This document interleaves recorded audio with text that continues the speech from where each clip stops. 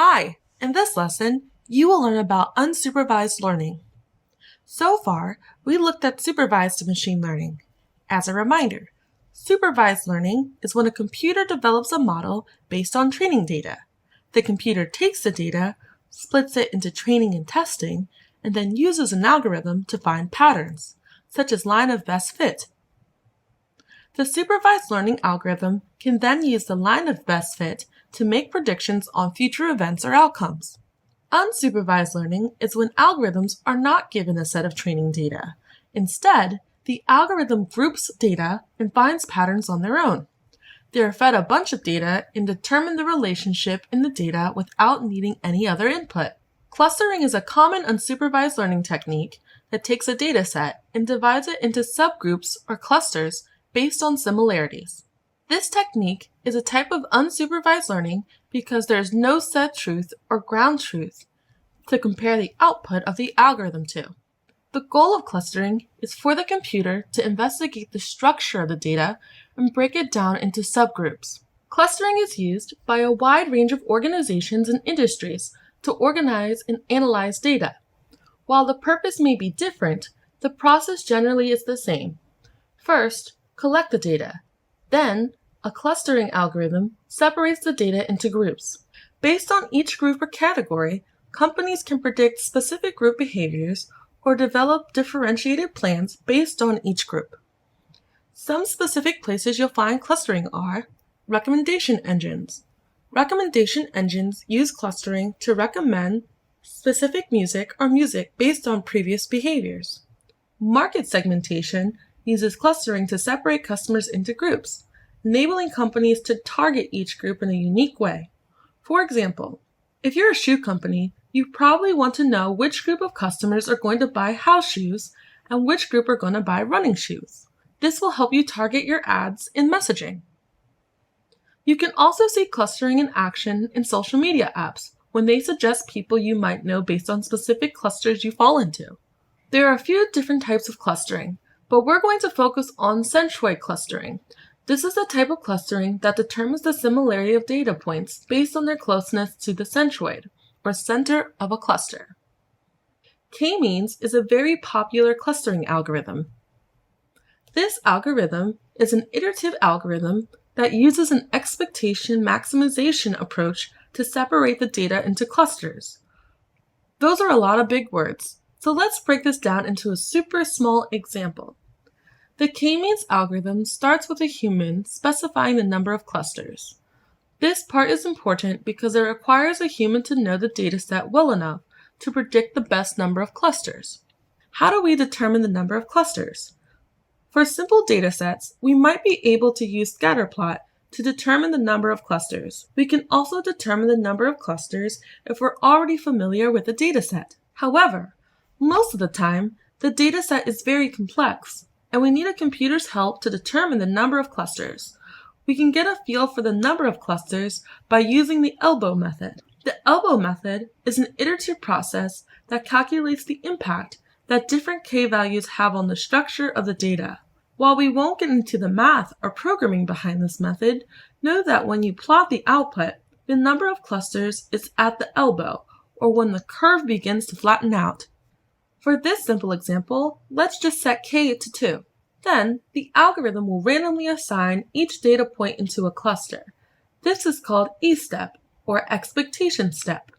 In this image, cluster 1 is dark blue, cluster 2 is light blue. Then comes M-step, or maximization step. During this step, the algorithm calculates the centroids by finding the center between all of its cluster data points. The dark blue X is the centroid for cluster 1, and the light blue X is the centroid for cluster 2.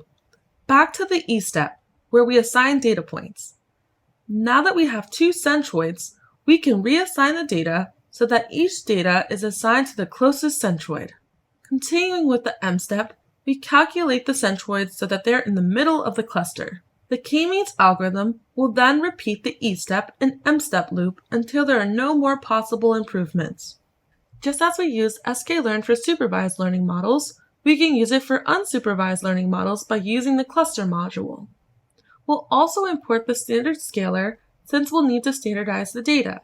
We can then input data and standardize it using the standard scaler. For this example, we're going to be using a dataset that is commonly used when learning about clustering, the Old Faithful dataset. Old Faithful is a geyser in Yellowstone National Park that sends boiling water and steam up to 180 feet in the air. Millions of people come to visit Old Faithful each year and eagerly wait to see the next eruption.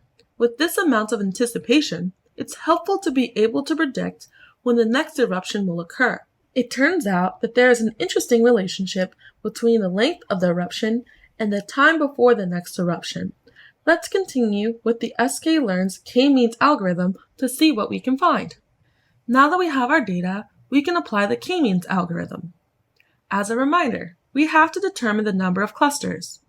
So how do we determine this value? Because this data is very simple and straightforward, we can plot the data points and clearly see that there are 2 clusters. We can also use the elbow method, but we're not going to get into that in this course. You're welcome to explore that on your own as you continue your machine learning adventure. So let's input 2 as our k value. We can then get the centroids and labels for each data point. Cluster centroids returns a 2D array of the xy values of each centroid, and labels returns an array of the clustered labels of each data point. Because we have 2 clusters, the labels will be either 0 or 1. We can then plot each data point by cluster using a for loop. Let's zoom into our for loop here. We'll use the range of k. K is 2, so I will be 0 or 1, which nicely aligns with our cluster labels. Within the for loop, we can start by getting all the data points for one cluster. When I is 0, this will get the data points labeled as 0, which is the first cluster. When I is 1, this will get the data points labeled as 1, which is the second cluster. Once we have the data points, we can plot them. When we index the cluster list using the :0, this is a shortcut that basically says, get all the values in the first column. Because our x and y values are in a 2D array, this gets all the x values from each point. Similarly, when we index cluster using :1, this gets all of the y values for each data point. Matplotlib will automatically choose a different color for each cluster, making it easy to visualize the data.